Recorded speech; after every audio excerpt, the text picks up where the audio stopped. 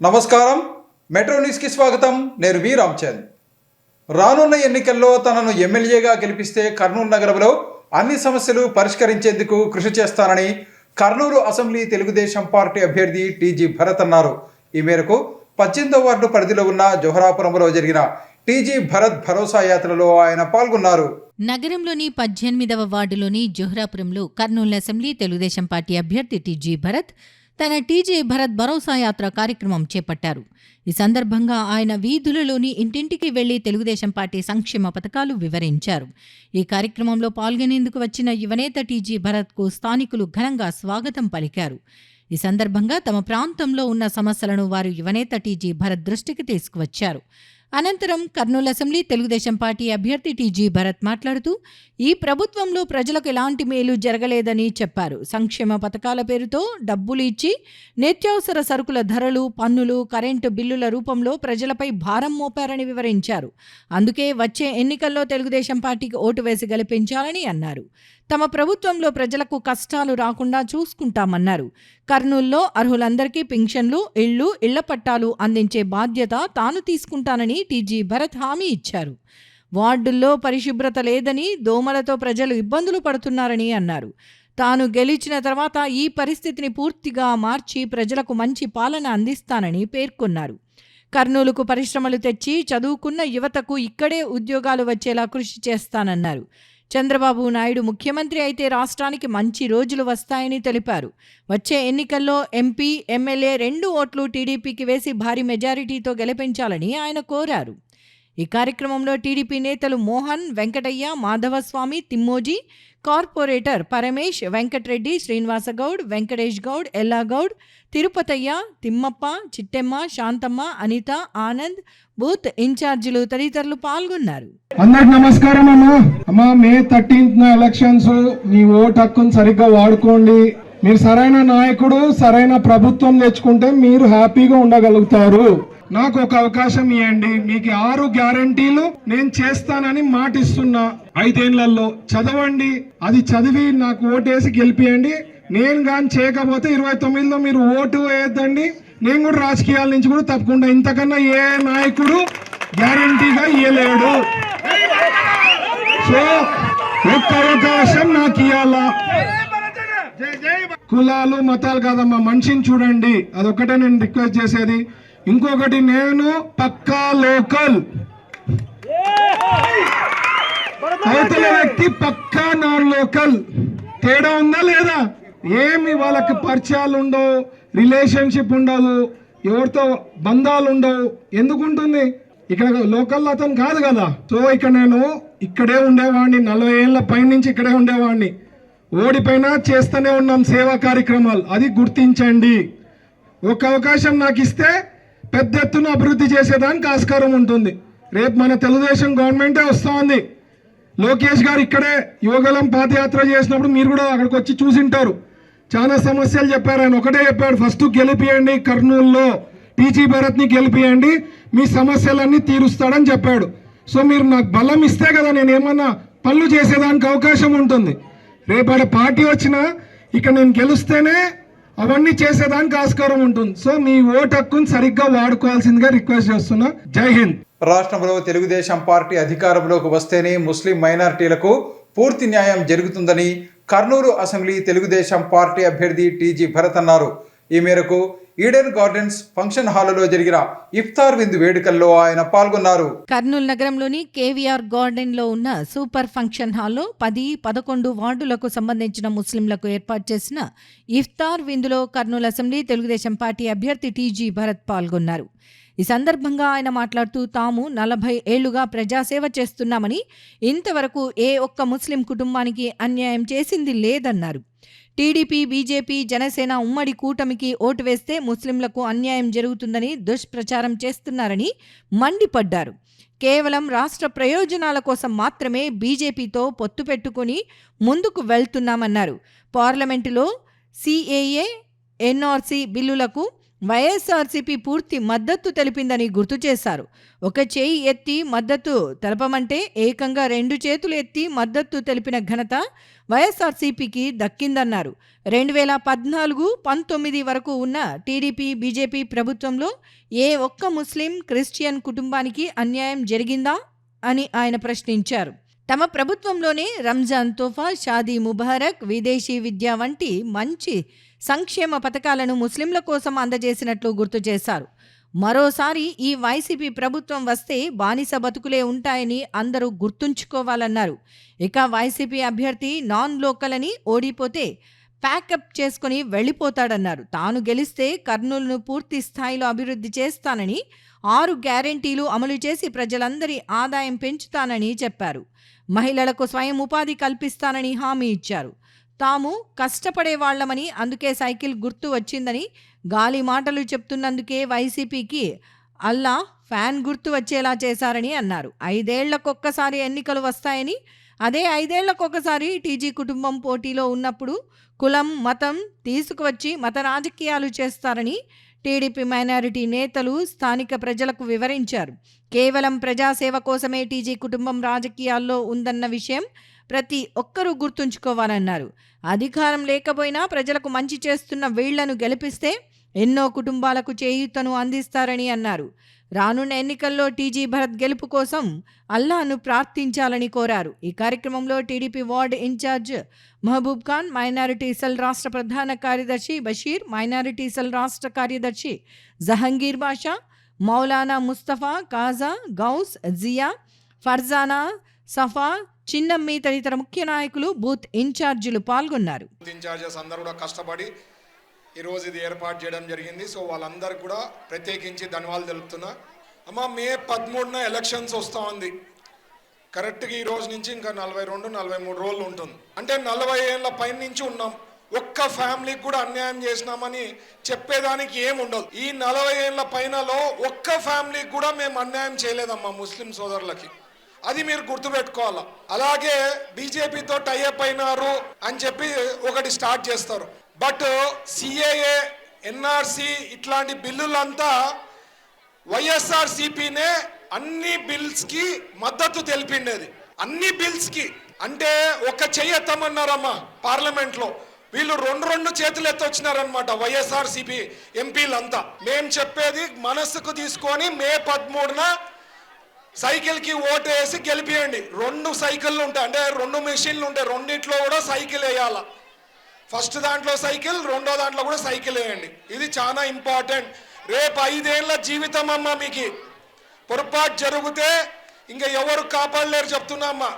ఈ గవర్నమెంట్ కొనసాగితే బానిస బతుకులు బతకాల మనం అందరం. ఈ ఇంటికి వచ్చి ఈ ఫంక్షన్ హాల్ వచ్చి ఇది నాది అని అన్నాడు అనుకోండి, ఏంలే రాసి ఇవ్వాల్సిందే. నాకు ఒక అవకాశం ఇవ్వండి, చాలా అభివృద్ధి చేసేదానికి ఉంది. 6 గ్యారెంటీలు ఉన్నాయి. ప్రతి ఒక్కరికి ఆదాయం పెరిగే లెక్క ఉంటుంది. నేను 6 గ్యారెంటీలు చేస్తే మహిళలకు కూడా పెద్ద ఎత్తున నా 6 గ్యారెంటీలో ఒక గ్యారెంటీ నేను ఇచ్చిన. సెల్ఫ్ ఇన్కమ్ కానీ, వాళ్ళకి లోన్స్ కానీ, ఇంకేమైనా చేసేదానికి వాళ్ళకి స్కిల్ డెవలప్మెంట్లో చేసుకొని ఏమైనా గ్రో అయ్యే కానీ ఇవన్నీ కూడా చేస్తానని నేను హామీ ఇవ్వడం జరిగింది. సో మీరందరూ కూడా నాకు ఒక అవకాశం ఇస్తారని ఆశిస్తూ ఈ అవకాశం ఇచ్చిన మెయిన్ 10th 11th हम लोग यहाँ जुड़े बोले तो एक अल्लाह का रमजान का मुबारक महीना, रोजे के इफ्तार में हमारा भरत साहब भी शरीक होना और उन्होंने भी इसमें हिस्सा लेकर आप लोग ये दिमाग में, मेरे बाप बहनों, आपके घर वालों को बोलो, अपने पड़ोसियों की बोलो, ये लोग 40 साल से की फैमिली, टीजी सर की फैमिली घर पे कर्नूल में है माँ. उन्होंने इलेक्शन में जीतते रहते हैं, हार जीत रहती इलेक्शन में, लेकिन उन्होंने कभी भी इलेक्शन को नहीं नजर में नहीं रखते. वो एक पार्ट बोलते हैं, उन्होंने ये खिदमत करने के वास्ते एक पार्ट का जैसा इलेक्शन है. लेकिन वो लोग कभी भी कर्नूल में छोड़ के कभी भी कहाँ भी गए नहीं. उन्होंने इलेक्शन में हार होने के बाद मेरे को आवाम की जरूरत नहीं, मेरे को पब्लिक की जरूरत नहीं, तो कभी भी नहीं सोचे. सिर्फ उन्होंने यही सोचते अल्लाह हमारे को बहुत कुछ दिया है और इसमें सिर्फ मैं खिदमत करना, गरीब तबका को मदद करना, यही मकसद के ऊपर हम हमारे बड़े साहब टीजी वेंकटेश साहब भी वही काम करे और उनके पर्सन टीजी भरत साहब भी कंटिन्यू वही सर्विस कर रहे हैं। ये हिसाब की बात है कि अब आप लोग बोलो गरीब तबका की मदद के लिए वो लोग काम करने आ गए तो भी ऐसा उनको रुकाते हैं, फिर भी भरत साहब नहीं रुके। मेरा काम है भाई करना है कर रहे। अभी रही बात साल का एक सुपर 6 मैनिफेस्टो साल खुद बने हैं, उसमें हमारी यूनानी कॉलेज का भी साल एक मुद्दा रख लिए। साल एमएलए बनेगा तो वो हॉस्पिटल ऐसा बनेगा एक बड़ी कॉर्पोरेट हॉस्पिटल जैसा बना देगा भरत साहब। अब इलेक्शन 5 साल को एक बार आता, 5 साल में एक किच बात उठाती भरत साहब के ऊपर, स्पेशली उनके ऊपर। इलेक्शन आने के बाद टीजे भरत साहब उनके ऊपर एक बात उठाती, उन्होंने बीजेपी वाले हैं, उन्होंने बीजेपी में मिल गई, उन्होंने ये कर डाली, उन्होंने वैसा कर डालती, उन्होंने वैसा कर डालती, मुझको ऐसे अफवाहें उठाती। उसके वजह से औरतों की दावत रखे में, स्पेशली औरतें बाता में आती मुझको।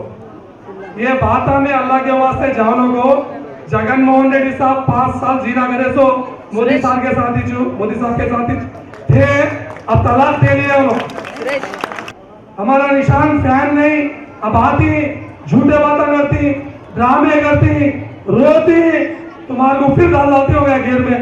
उसके वास्ते हाथा जोड़ को सबके पावा पड़ को बोलता ये बार खराब न को कर लो, तुम्हारी खिदमत करना वो आ रही, उन्होंने भी हमें भी, और 5 साल में तुम्हें किधर फिरने की जरूरत नहीं पड़ती।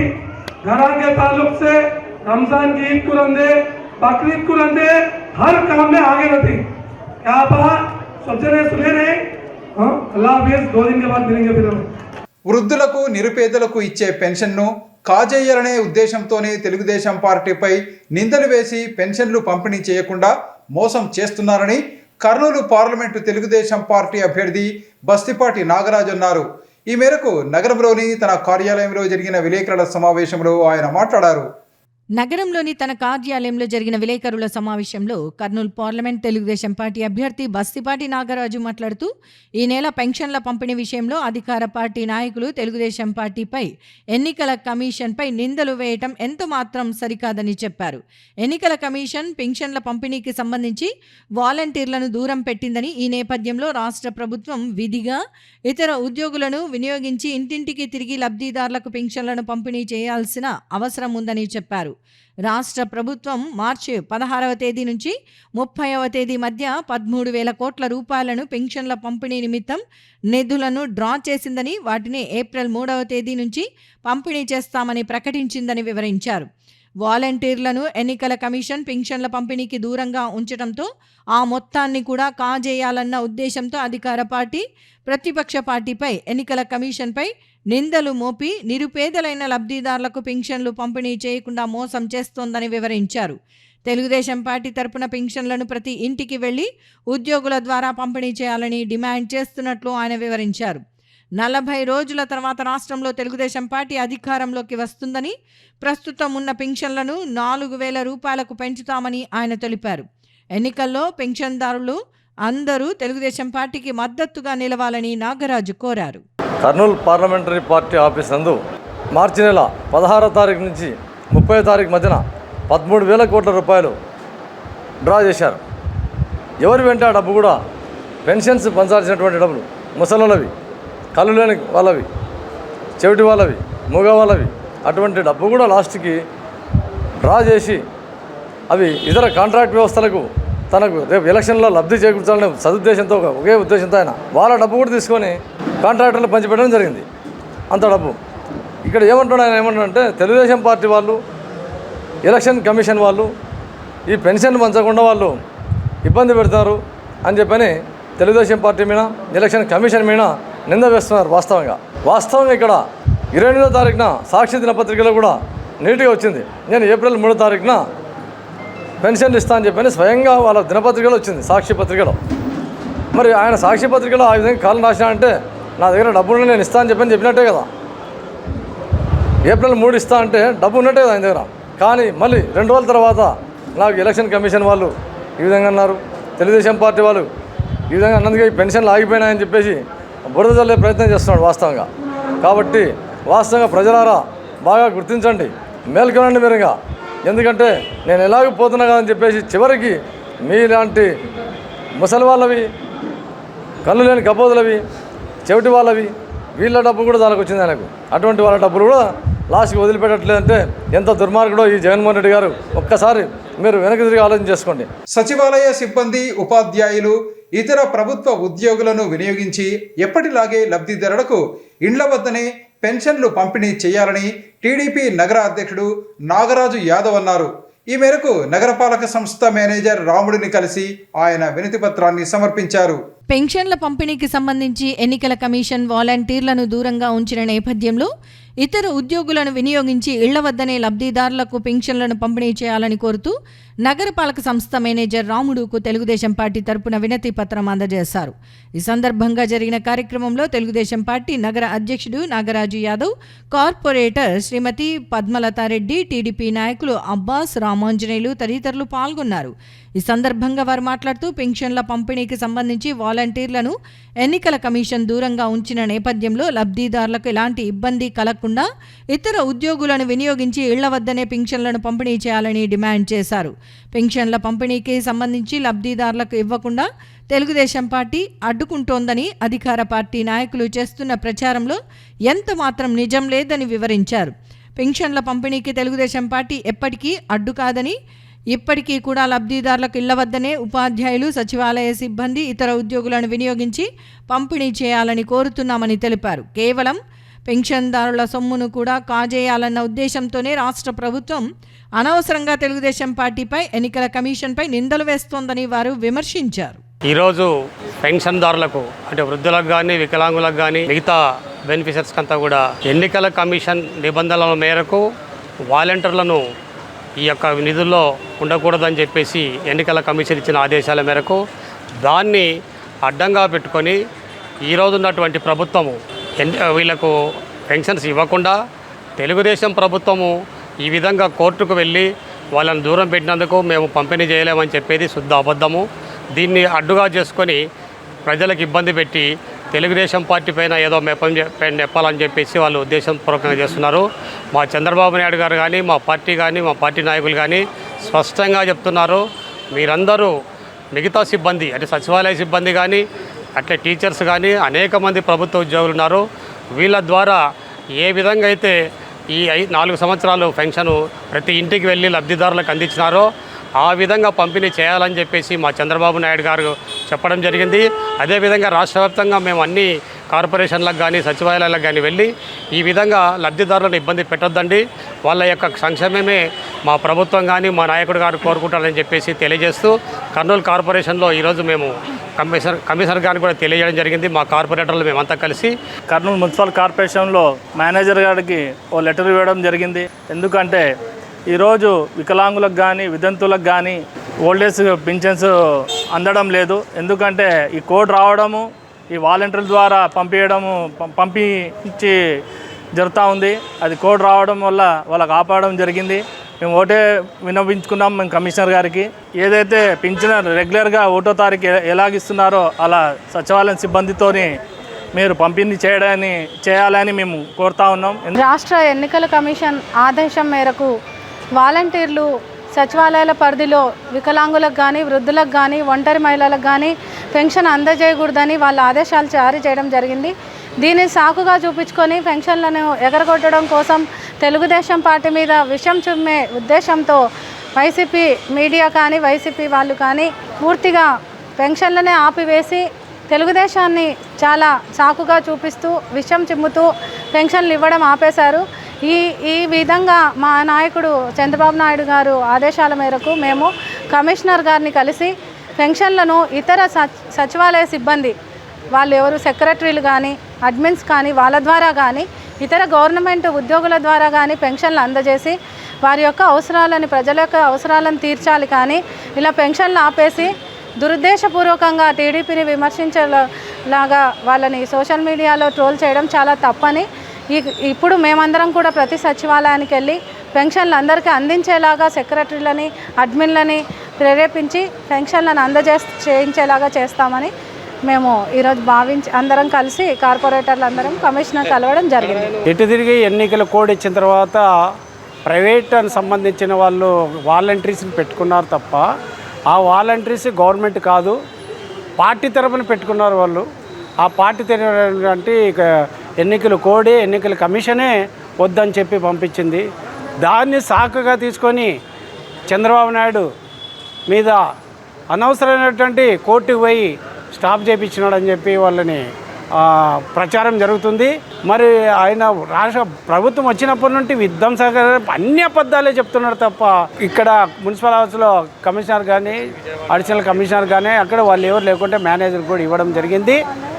అట్లనే రేపు సచివాలయంలో వాళ్ళు ఉద్యోగులు కాబట్టి ఆ ఉద్యోగులు వాళ్ళు పంచాలని చెప్పి వాళ్ళుద్ది కానీ 3వ తేదీ నుండి పంచుతామని చెప్పినారు. మేము కూడా ఫాలో చేస్తున్నాము. విద్యుత్ గృహ వినియోగదారులకు పొంతన లేకుండా వస్తున్న విద్యుత్ బిల్లులు వస్తున్నాయని వినియోగదారులు విమర్శిస్తున్నారు. గృహ వినియోగదారులకు సంబంధించి వేలకు వేల రూపాయలు విద్యుత్ బిల్లులు వస్తూ ఉండడంతో వాటిని చెల్లించలేక తీవ్ర ఇబ్బందులు ఎదుర్కొంటున్నామని విద్యుత్ వినియోగదారులు ఆవేదన వ్యక్తం చేస్తున్నారు. నగరంలో పొంతన లేకుండా వస్తున్న విద్యుత్ బిల్లులతో విద్యుత్ వినియోగదారులు తీవ్ర ఆందోళనకు గురి అవుతున్నారు. ఏ నెల ఎంత విద్యుత్ బిల్లు వస్తుందో తెలియక తల్లడిల్లిపోతున్నారు. రాష్ట్ర ప్రభుత్వం అమలు చేస్తున్న విద్యుత్ ఛార్జీల నేపథ్యంలో ఏకంగా విద్యుత్ ఛార్జీలు గృహ వినియోగదారులకు సంబంధించి వేలకు వేల రూపాయలు వస్తుండటంతో వినియోగదారులు పడరాని పాట్లు పడుతున్నారు.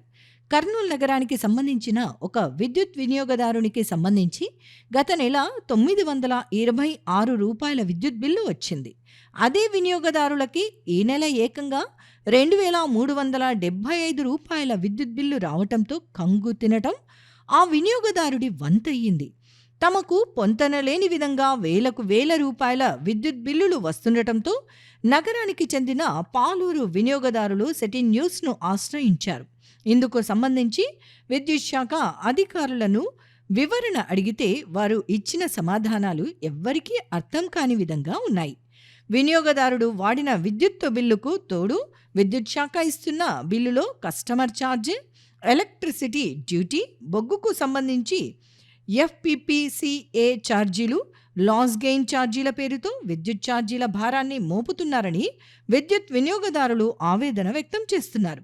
విద్యుత్ వినియోగానికి సంబంధించి 30 యూనిట్ల వరకు 1.90 పైసలు, 75 యూనిట్ల వరకు 3.76 పైసలు, 125 యూనిట్ల వరకు 4.50 పైసలు, 100 యూనిట్లు దాటితే 6.90 పైసల తరపున వసూలు చేస్తామని విద్యుత్ శాఖ అధికారులు వెల్లడిస్తున్నారు.